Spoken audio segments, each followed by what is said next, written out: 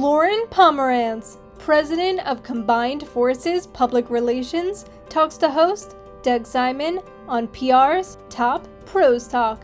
Loren, you work with multiple organizations across many verticals. Is there any one thing that you see as consistent across all of those verticals and different types of organizations you work with? Yes, particularly in media relations, which is my specialty, it is being realistic and honest with the client and yourself about the news value of every announcement that you're going to make, and then using only the appropriate channels to disseminate it. I mean, otherwise you end up wasting a lot of time. You waste the reporter's time and their inbox space. You set unrealistic expectations for the client, and keeping the client happy for now doesn't equate to keeping the client long term. And everybody ends up unhappy if you just can't be straightforward and honest about what the news is, the news value, and where it belongs. Yeah, so the good news for organizations like yours and mine, which specialize in earned media and getting stories out, is AI has really made earned media more important with the added long tail of discoverability.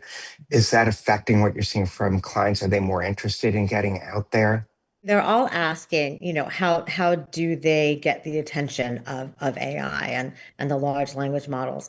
And what I tell them is that we've been doing this all along. We're just aware of it now. And that what we've been doing forever is actually more important than ever because it is the top tier media. It is the really well-researched and well-reported news that is being ingested by AI. So just keep on keeping on, really, and being very careful about what we put out and making sure that it is really only the best information. And we've been doing it all along, and it just adds enormous value to the PR program. Yeah, one of a number of things that have been interesting for me in just speaking with you is when you think of teamwork, it's not just you and the client, it's you, the client, and the journalist. How do you create that kind of feeling that we're all on the same team? I'm so glad you asked because teamwork for me is different than it is for a lot of people. When you think about PR teams, you're thinking about this, a broad cross section of, account executives and assistants and whatever. I have always thought about it as a three-person team. It is me, it is my immediate client contact, and the reporter that I'm working with at that moment, whether it be for the next 10 minutes or the next, week on a big story. Right. And my job is to do the heavy lifting between the two, and to keep it as honestly as casual and as flexible as possible. I think we get caught up a lot of the time in the structure of teamwork, being like, well, here's a specific report, and I'm going to send it to you, and then you're going to edit, and you're going to edit it, and you're going to edit it. And when really being able to pick up the phone really quick and say, hey, can you clarify that thing? Or send a quick text. I work with, a lot of CEOs, and they're really grateful just to be able to, shoot back a quick answer on a text. It saves everybody a lot of time. I can then get back to the client. I can then back to the reporter or the client really, really quickly. And I think that trust and teamwork is what has really been the success for me. Yeah, interesting. And you're also a big fan of making communications more streamlined. You touched about it there. Hey, if there's a question, get a quick answer, and then we move forward. What are some other things that you're focusing on to keep the whole process more streamlined? People talk about AI doing that, but are there other ways that the process could be more streamlined for PR people? Yeah, I think what's happened in PR, and I've gotten caught up in this a lot. I've done it in other agencies. I've done it in my own, which is you start like building all these processes in place and paperwork, and then you realize none of that is necessary, or most of it isn't necessary. Um, it is the quick conversations and the clear and realistic expectation setting and the honest results conversation that you have with clients.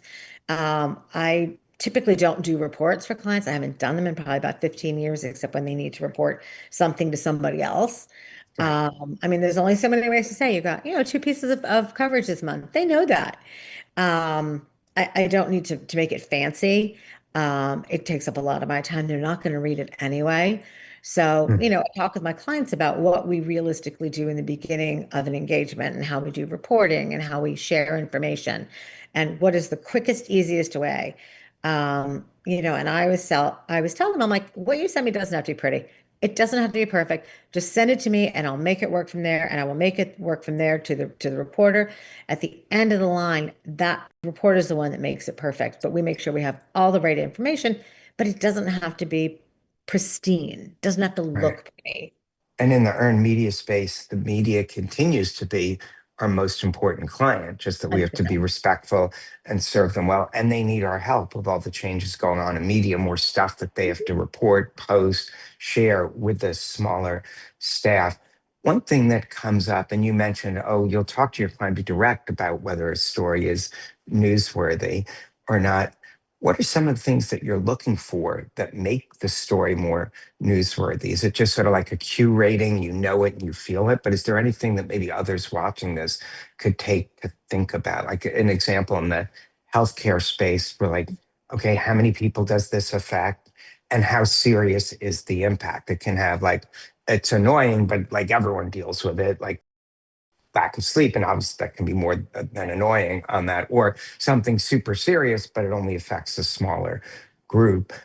What are some of the things that you do that might be helpful to others to determine, is this story newsworthy? Should I push back with the client? Should I not? Yeah, I mean, it's exactly what you said. There's a certain amount of, gut instinct that goes into it after doing this for 30 years. But for the most part, I mean, the questions you have to ask yourself, is anybody outside of the employees of the company going to care about this news? I mean, a lot of the wins are hard fought. They are to be lauded, but is it really going to be newsworthy and of importance to anybody outside the company and the founder's mother? To tell this to.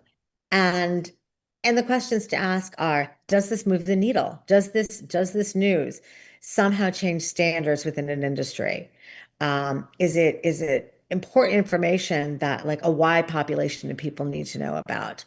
And even if it is just mundane, daily news, deal news, where does that go? That doesn't going to end, it's not going to end up in the New York Times, but what it does, it's important for your industry. So you take that smaller piece of news, and that's a trade thing. It's knowing where to place the news that you've got, understanding the importance of it, and being really realistic again with the clients and with the media. Because a lot of it could be, listen, here's a piece of news that is sort of interesting. I know you're probably not going to cover it, but as an FYI, there's a little bit of research in here that I thought you might be interested in. Um, and so, what is newsworthy really just means, does it make an impact on the industry in some way? Does it change standards? Is there a nugget in there that somebody could use, not necessarily for a standalone story on this piece of news, but Right.